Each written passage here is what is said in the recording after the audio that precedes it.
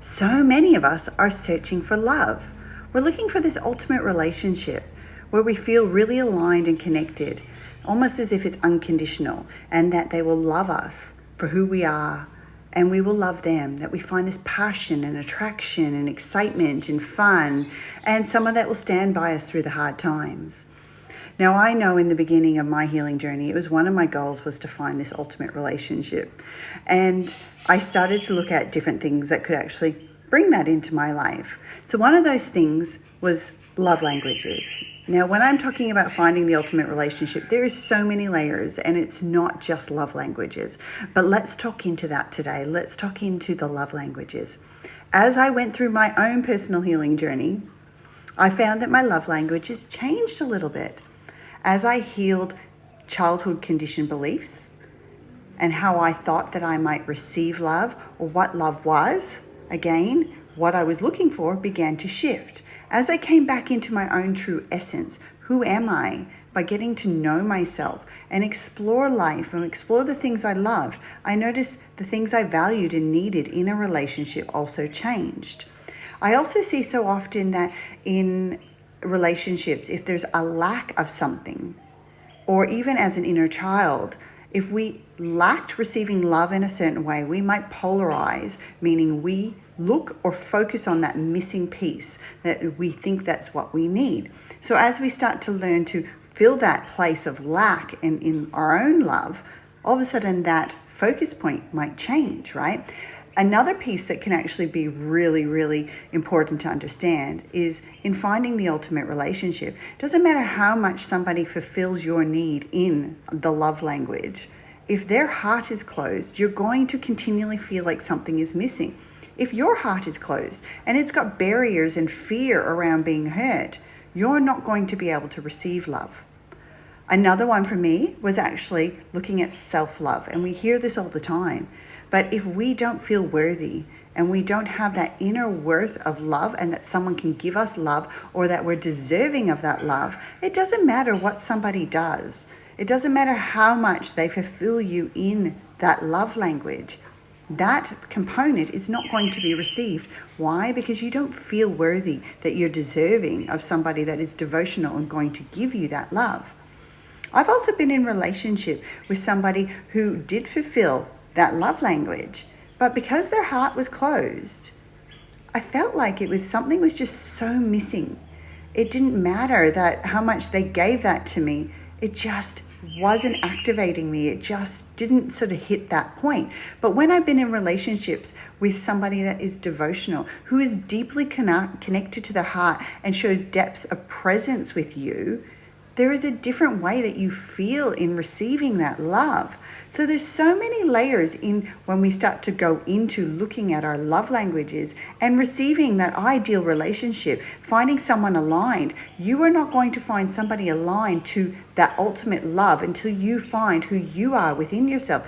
Who are you? What is your essence? And so often that is peeling off all those conditioned beliefs, and it's peeling away the fears and the trauma, or getting to know how we respond in those fears and trauma so that we can manage those things and evolve them, or at least give other people awareness around that. And that creates a deeper relationship because we know who we are, and therefore we can express who we are instead of trying to hide parts of ourselves, because we're only going to attract relationships that mirror those behaviors. So the deeper we are with ourselves and our own healing journey and understanding the experiences that we have in our life. And when I say experiences, I've also found on my journey of healing and my journey through looking at relationships was in new experiences. When I received something I'd never received before, I didn't know till then that I actually really love these things, right? So having an open mind to not being fixated that this one thing is what you need is really, really important,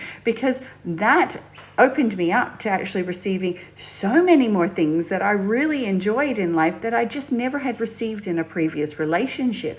So getting to know these parts of ourselves is so, so vital. Learning to heal, learning through experiences, learning to find who you are. What is your true essence? What is your spirit and your soul? And what are you passionate about in your life are all going to allow you to create alignment with somebody and bring in a relationship that is more vibrationally aligned and more in that frequency and vortex of what you are truly deserving of, that is going to actually just get you. And then we can also start to look at that self-love part, healing of our heart, pulling down those yucky boundaries that we put around our heart in fear, or because we've experienced trauma and abuse or just toxic relationships, right? Because even in those fear-based responses, we might have anxiety, or anxious attachment styles. We may have avoidant attachment styles. So these are those other layers that go into relationships. When we look at our inner child, we look at the archetypal energetics, right? Of why we have dynamics and certain attraction to certain people, because we might be healing or exposing a part of ourselves that we don't actually recognize. That's an unconscious pattern within ourselves. So there is so much stuff that goes on in healing and in finding the ultimate relationship. And I know, because I have been there. I have been through a journey of all of these things, and yet I found that the ultimate relationship was actually within me.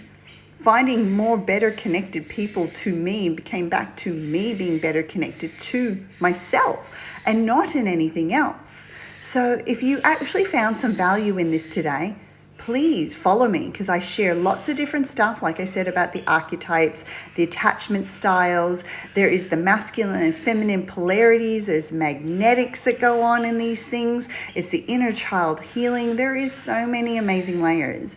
And I am super passionate about sharing this knowledge, sharing the things that I've experienced, sharing my intuitive guidance and the channeled messages that I get for the collective. So if you want to receive more, please follow me. And by all means, if you want to do the love language test to see what your love language is and just have a little bit more of a deeper understanding about those things, because there's 5 love languages, and learning what that love language is for you. For me, mine was acts of service, and acts of service is quite in depth, because the act that they do in service towards you can be also received in some of those love languages, right? So if it was my birthday and they went out of their way and did some sort of an act and it gave me a gift that was really heartfelt and very much, I felt how devotional and how much they showed their love and appreciation towards me, that is an act of service, right?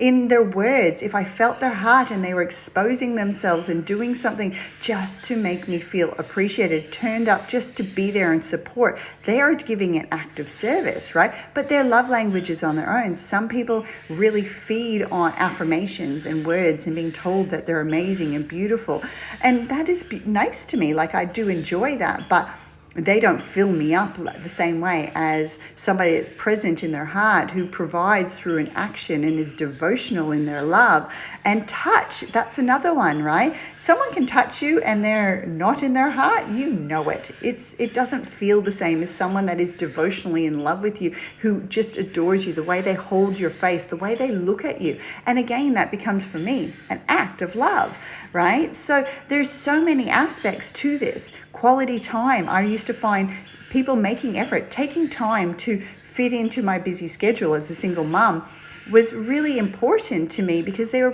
giving, it was like an act of service. I'm going to show up for you because I adore you and I want to do these things for you because you mean so much to me. So there's so many layers to understanding the acts of service, right? Because some people also, it's gifts.